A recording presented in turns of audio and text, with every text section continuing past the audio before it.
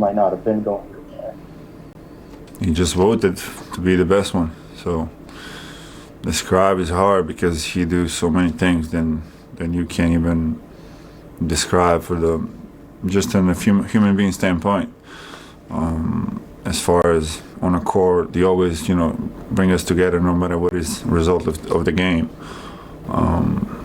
Like I said, it sucks to finish the way we finished, but as far as him, I don't know if I'm ever gonna be with a player like that, but it's just I'm never gonna take for greatness friendship and who he is as a player. Jason Quick, The Athletic. Nurk, why do you feel like you guys are not advancing? I don't know, man. I'm pretty much heated. I don't know. I never in my life, never threw under the bus nobody, so I don't want to point the finger. There's people who look in there and going to answer those questions about me. I think one of the reasons they just, outplayed us. I give them credit. Nuggets, they have a hell of a season. Obviously, the series, they have a hell of a games, and they deserve to go on. What do you need to do next year to come back better? I don't know what I need to do. I got a non-guaranteed contract. I don't know if I'm going to be back, right? So I'm going to leave that to Rich Paul, my agent. We'll see what's going to happen. As far as right now, I'm just going to get away from basketball and see, what my next step should be. We'll see what's going to happen. I'm not sure if I'm coming back or what team direction is, and we'll look at that later. AJ McCord, Coin. Sure. Thinking about this game in particular and this series, what's the most frustrating part about it ending tonight? Like I said in the beginning of the year, I wish my role was bigger. I think I could help even more. But, like I said, I was really respectful and tried to do what they asked from me, specifically the coach and what they have for me. Like I said, it's hard. It's hard when you have one of the best player ever to play this game, and sometimes just feel not enough. And I think we are better. I thought we was a better team than we are showing. So. Krista Salta, Sport DNA. Jusuf, did you see steps forward from your team this season, and what did you say about the way that you fought in that series, in the whole series? Like I said, I don't know what future stands for me or for the team in this team. So as far as series, like I said, they outplay us. They definitely deserve to go on in the next round, and sometimes it's just life. It is like that. James Hill, BNC Sports. Hey, Nurk, when you look at tonight's game, not the outcome you want, but going forward, it's a lot to be proud about. You guys can come back and continue to compete at the highest level with the greatest players in the world playing basketball, and you have one as your teammate. Just talk about the Blazer way and the mentality going forward. It's hard, man. It's hard. Like I said, this season is probably the most difficult season we ever played as far as COVID and like you said, a lot of ups and downs, a lot of things to be proud. But I think it's really hard to talk about what's future going to stand for anybody. Like I said, my mind is my 7th year in the league, and try to be bigger for the team. Any type of role I was accepting from the coach, anybody. But it's really hard for me to speak about the future. It's just all type of feelings going through my head right now. But I'm gonna take a couple days off and talk to my agent, see what's there for, or what's gonna be next. Jamie Hudson, NBC Sports Northwest.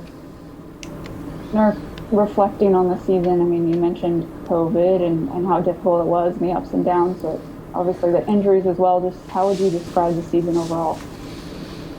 I think we have a hell of a season as far as a team, where we was and what situation we was, and with CJ and myself going down, I think the team responded really. I think no one expected to respond the way we responded, and how many people step up through the season. I might be the best. This might be the best group of people I've been around as far as teammates.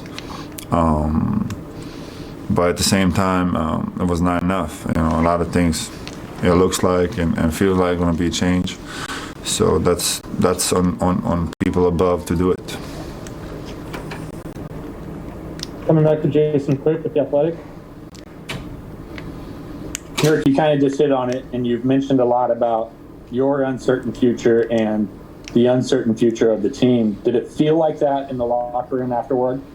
I will not necessarily say in the locker room, but I feel like personally in my head, the way I feel. And like I said, it's, there's still not like a lot of time you're not spending in the locker room to see how, people really feel.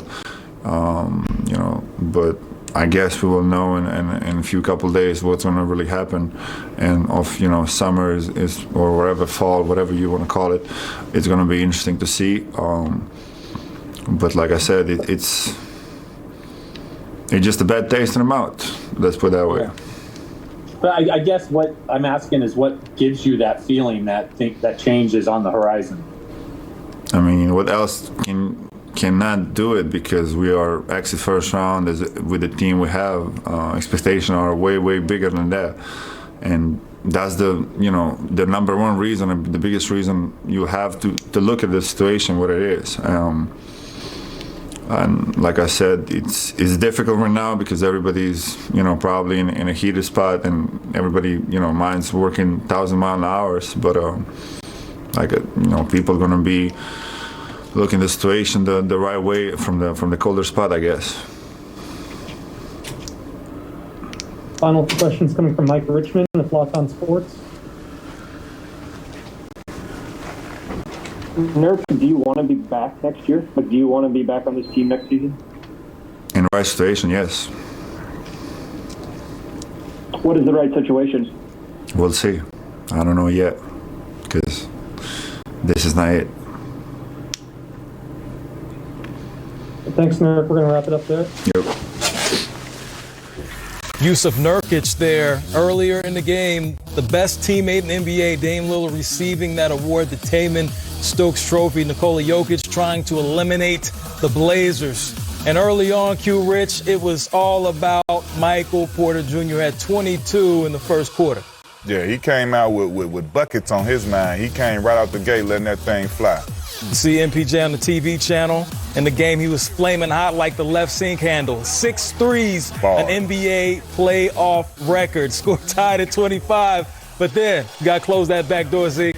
Yes, you do. And in Portland, you knew they were going to come back and they were going to play strong. They actually was playing well. They just couldn't hang on because this guy started playing. The Joker. The Joker.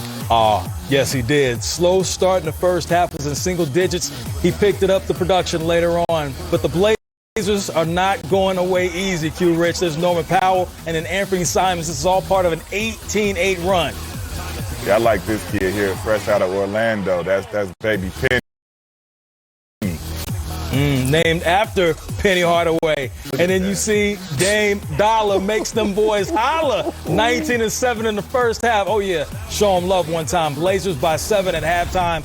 And in the third quarter, Zeke, there's more of CJ. CJ had a nice little run at the start of the third quarter. But then again, Denver, I thought, was just too much, and they came back and they started putting on the show. Indeed, CJ had 21, and you talk about that show. Denver went on a 21-4 run in the end of the third quarter, and it is plenty of that two-man game. The Joker and Monte Morris, Q. Yeah, they definitely turned on, and Monte Morris was kind of like the X factor for this series, but Portland took a lot of bad shots consecutively toward the end of this quarter, and this was huge right here going into the fourth quarter, only down 3 after that shot. Monte Morris, he's made a name for himself in this series. He definitely did. Joker had 20 in the third. Monte had 22 in the game, and there's more of Monte. The more of the Monte show. Where's number 11? And his game is special like he's in heaven. And then the Joker from 3. They take the lead. Denver up by 2. And Zeke, more of Monte in the fourth. Yeah, and getting down the lane, coming off the screen, hesitation. And then I thought, again, he was making big plays. And Austin Rivers knocked down this 3, and that was kind of like a big dagger late in the fourth. His only 3 of the game, and that is what Shaq calls feet worth the Joker, 36, 8, and 6. And